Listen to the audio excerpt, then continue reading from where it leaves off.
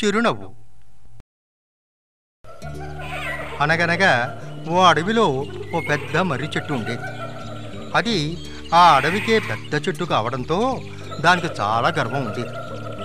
తనను ఎవరూ ఏమీ చెయ్యలేరన్న అహంతో విర్రవీగేది. తన ఒక్క కొమ్మ ఊగితే ఆ దెబ్బకు 100 చెట్లు ఊడి కింద పడతాయి అని గొప్పలు చెప్పేది. ఎవరితో తెలుసా? తన ముందు ఉన్న చిన్న వెదురు చెట్టును చూసి. నువ్వు చాలా బలహీనురాలివి. నేను ఈ సృష్టిలోనే గొప్ప బలవంతుణ్ణి. నేనెవ్వరికీ తల వంచను. నా ముందు ఎవరైనా సరే తల వంచాల్సిందే.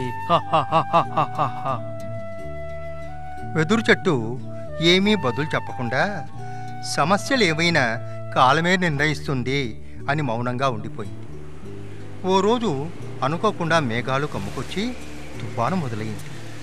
ఊరెత్తిపోయే గాలికి వెదురు చెట్టు అటు ఇటు ఊగడం, వంగడం, చిరునవ్వుతో ఎదుర్కొనడం, మళ్ళీ యథావిధిగా సురక్షిత స్థానానికి రావడం జరుగుతుంది.